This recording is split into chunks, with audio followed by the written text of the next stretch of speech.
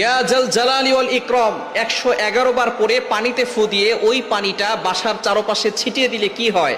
আমরা অনেকেই কিন্তু ঘরের ভিতরে বরকত চাই।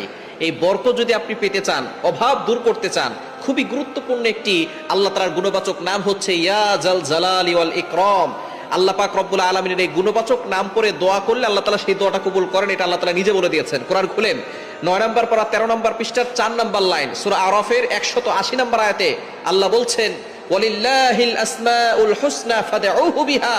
আল্লাহ পাক রব্বুল আলামিন জানিয়ে দিয়েছেন আল্লাহ তাআলার এই গুণবাচক নাম করে যদি কোনো ব্যক্তি দোয়া করে আল্লাহ তাআলা সেই দোয়াটা কবুল করে নেন, অ্যাকসেপ্ট করে নেন। সুতরাং ইয়া জাল জালালি ওয়াল ইকরাম আল্লাহ তাআলার গুণবাচক নাম, এই নাম পড়ে আপনি 111 বার পরে যদি পানিতে ফু দেন, ওই পানিটা একটা বরকতময় পানি হয়। ওই পানিটা খেলে আল্লাহ পাক রব্বুল আলামিন আপনাকে সুস্থতার নিয়ামত দান করবেন। আপনি কল্পনাও করতে পারবেন না, অনেক অসুস্থ ব্যক্তি আছে, কোনো ওষুধে তার রোগ ভালো হয় না। এরকম হয় কি হয় না? অনেক ডাক্তার দেখিয়েছে, কোনো রিপোর্টে কোনো কিছু ধরা পড়ে না। ডাক্তার বলতেছে সব জায়গায় সবকিছু ঠিক আছে, তারপরে সে অসুস্থ, সে কোনো সময় সুস্থ থাকতে পারে না। আপনি আল্লাহ তাআলার এই গুণবাচক নামটা পড়বেন, সাথে সাথে সূরা ফাতিহাটাও পড়বেন। সূরা ফাতিহার ভিতরে শিফা আছে, আয়াতুশ শিফা বলা হয় সূরা ফাতিহাকে। সূরা ফাতিহা হচ্ছে উম্মুল কোরআন, কোরআনের মা। সুতরাং আল্লাহ তাআলার এই গুণবাচক নাম খুবই ফজিলতপূর্ণ একটি নাম। আল্লাহ তাআলা এই নামের বদৌলতে আপনাকে বিপদ থেকে হেফাজত করবেন, আল্লাহ তাআলা আপনাকে সুস্থ করে দিবেন, ঘরের ভিতরে রোগ ব্যাধি আল্লাহ পাক রব্বুল আলামিন দূর করে দিবেন। সুতরাং এটা পানিতে পড়ে ওই পানিটা যদি আপনি খেতে পারেন, আল্লাহ পাক রব্বুল আলামিন আপনাকে শিফা দান করবেন। আপনি মনে মনে চিন্তা করবেন আল্লাহ তাআলার গুণবাচক নামের বদৌলতে আল্লাহ তাআলা আমাকে শিফা দান করবেন। এজন্য আপনি এটা 111 বার পড়বেন। 111 বার পরে পানিতে ফু দিয়ে পানিটা যদি আপনার ঘরের চারপাশে ছিটিয়ে দেন, তাহলে 1 নাম্বার হচ্ছে আপনার ঘরের সকল অসুস্থতা দূর হয়ে যাবে।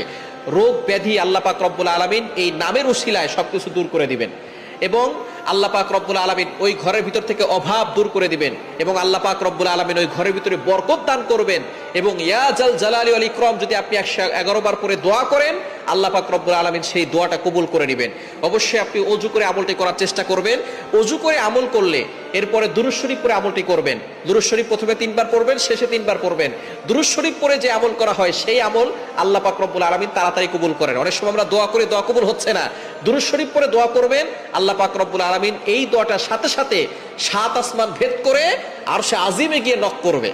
আর দুরূদ শরীফ না পড়লে সেটা মুআল্লাকুন, পেন্ডিং অবস্থায় থাকে, ঝুলন্ত অবস্থায় থাকে। দুরূদ শরীফ পড়বেন, প্রতিটি আমলের শুরুতে দুরূদ শরীফ পড়ার চেষ্টা করবেন। আপনি ওযু করে আমলটি করবেন, 3 বার দুরূদ শরীফ পড়বেন, এরপরে ইয়া জাল জালালি ওয়াল ইকরাম 111 বার পড়ে আবারও 3 বার দুরূদ শরীফ পড়ে পানিতে ফু দিবেন। ওই পানিটা খাবেন, আল্লাহ পাক রব্বুল আলামিন সুস্থতার নিয়ামত দান করবেন, এবং ঘরের চারপাশে ছিটিয়ে দিবেন। দেখবেন আল্লাহ তাআলা ওই ঘর থেকে অভাব দূর করবেন, আল্লাহ পাক রব্বুল আলামিন রিজিক প্রশস্ত করবেন, আল্লাহ পাক রব্বুল